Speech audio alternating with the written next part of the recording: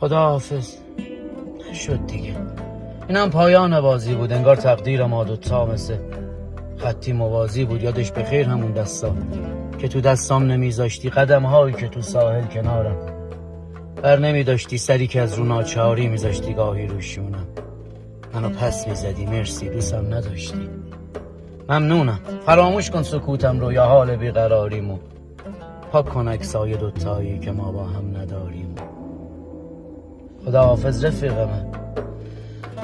خودم تکلیف رو فهمیدم از اون حرفای خوبی که ازت یک لحظه نشنیدم. خدا حافظ نشد دیگه. شاید با من نمی جوشی، بمونه یادگار از من لباسی که نمی پوشی.